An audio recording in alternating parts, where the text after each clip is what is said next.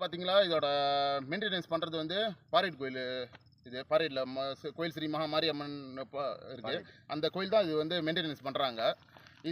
இந்த கோயில் வந்து இந்த சுடுகாடு வந்து ஒரு 15-16 வருஷம் முன்னாடி காடாக தான் இருந்துச்சு. இங்கே உள்ள இளைஞர்கள் தான் எடுத்து சுத்தம் பண்ணோம். சுத்தம் பண்ணிட்ட பிறகு இந்த கோயிலுக்கு பாரேட் டவுன் கோயிலுக்கு வந்து வருமானம் இல்லைன்னா அந்த சுடுகாடு வந்து அவங்க திருப்பி எடுத்துக்கிட்டாங்க. எடுத்து நினைக்கிற ஒரு 16 வருஷம் 15 வருஷம் இப்படி இருக்கும், இல்லை போய் அந்த மாதிரி இருக்கும். இவ்வளோ நாள்லாம் இங்கே வர வருமானம்லாம் அவங்க தான் எடுத்துக்கிட்டு இருக்காங்க. ஆனால் இப்போ வந்து இந்த கிளப்பசையெல்லாம் தள்ளனோன்னா அவங்க வந்து சுத்தம் பண்ண மாட்டேறாங்க, எதுவுமே பண்ண மாட்டேன்றாங்க. நம்ம கேட்டாலும் அதுக்கான பதில் கொடுக்க மாட்டேன்றாங்க. இப்போனாச்சும் இடம் சுத்தம் பண்ணி கொஞ்சம் பரவாயில்ல. இதுக்கு முன்னே கிளப்பசை இருந்துச்சு, கிளப்பசை நடுவில் தான் பணத்தையே பொதுக்கி சொன்னாங்க. இதுக்கு வந்து அவங்க மெயின் வந்து நான் தலைவரை அடித்து பேசுகிறப்ப எனக்கு தெரியாது, என்னோட அட்வைசரை கேட்டுக்கொண்டாங்க. அவங்க தான் இப்போ தலைவர் எல்லான்ட்டு. அவர் பேர் மோகன். அவர் வந்து எம்ஐசி பாகியன் பாரேட்டோட தலைவர். அவருக்கு ஃபோன் அடித்தா ஃபோன் எடுக்க மாட்டேன்றாரு, ஃபோனை ப்ளாக் பண்ணி விட்டுறாரு. என்னன்னு நம்மளுக்கு தெரியல. இப்போ வரைக்கும் போராடிக்கு தான் இருக்கோம். 5ஆம் மாதம் ஒட்டி ரிப்போர்ட் பண்ணியிருக்கோம். ரிப்போர்ட் பண்ணோன்னா மறுநாள் வந்து மருந்து அடித்தாங்க. இப்போ இந்த தீபாவளி வந்தப்போ மருந்து அடிக்கல, எதுவுமே சுத்தம் பண்ணலை. இப்போ வரைக்கும் நான் ஃபோன் அடிச்சுக்கிறப்ப கடைசி அவங்க ஃபோன் ப்ளாக் பண்ணிட்டாங்க, என் ஃபோனும் எடுக்க மாட்டாங்க, எதுவுமே இல்லை. இப்போ வரைக்கும் ஒன்றும் சுத்தம் பண்ணலை, எதுவுமே பண்ணலை.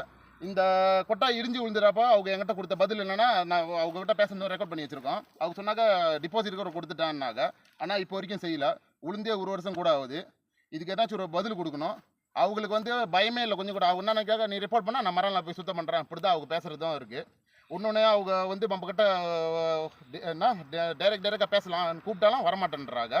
இங்கே எட்டியே பார்க்க மாட்டேன்றாங்க. அவங்க ஈப்போல இருந்துக்கிட்டு இங்கே என்ன நடக்குது ஏது நடக்குதுன்னு அவங்களுக்கு தெரிய மாட்டேன்னுது.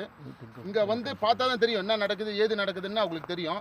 ஈப்போல இருந்துக்கிட்டு அவங்க என்னத்தை பார்க்குறது? கோயில் மீட்டிங் கூப்பிட மாட்டாங்க.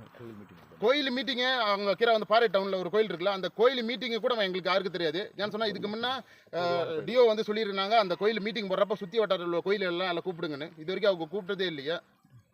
2 டிப்பாச்சு, 2 வருஷம் கிட்ட ஆகுது அவங்க சொல்லி. இப்போ வரைக்கும் அவங்க இது வரைக்கும் கூப்பிட்டதே இல்லை. என்ன செய்கிறாங்க ஏது செய்கிறாங்கன்னு நம்மளுக்கு தெரிய மாட்டேன். சரி, அது கோயில் அவங்க பிரச்சனை ஆகுது, அவங்க பார்த்துக்கிட்டோம். ஆனால் அந்த சுடுகாடு வந்து காடாக இருக்கு. ஏன் இது வந்து ஒன்றும் பார்க்க மாட்டேன்றாங்க? இங்கே இருந்த சுடுகாட்டில் வர வருமானம் மட்டும் கோயிலுக்கு வேணுன்றாங்க. ஆனால் அந்த சுடுகாடு சுத்தம் பண்ணலாம் அப்படி என்னத்துக்கு இருக்கணும்? பார்க்க முடியலாம் கொடுத்துட்டு போயிடணும். ஒரு ஜென்ரல் மேனான சார் கூப்பிட்டு வச்சு போயிட்டு எங்களை பார்க்க முடியல, யாருனாலும் பார்க்க முடியாத வச்சு பார்த்துக்குங்கன்ட்டுன்னு. ஆனால் ஒன்றுமே செய்ய மாட்டேன்றாங்க. பணத்தை பொதிக்கிற காசு அங்கே தான் போகுது, இங்கேருந்து வந்த வருமானம் அங்கே தான் போகுது. இதுக்கு முன்னே ஆளுங்க வந்து எங்களுக்கு தெரிஞ்ச வரைக்கும் ஒரு வருஷத்துக்கு 600 வெள்ளி கொடுத்துருக்காங்கன்னு கேள்வி. வருஷம் 600 வெள்ளி கொடுக்குறாங்கன்னு.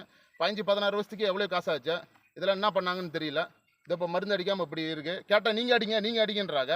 எங்கள் கையில் இல்லையா நிர்வாகம் அவங்க தானே வச்சுருக்காங்க, அவங்க தான் செய்யணும். இதுக்கு ஒரு நல்ல நடவடிக்கை எடுக்கணும்னு நினைக்கிறேன். இல்லைனா ஒரு மீட்டிங் அரேஞ்ச் பண்ணலாம், பார்த்து நேரடியாக கூட பேசலாம் அவங்ககிட்ட.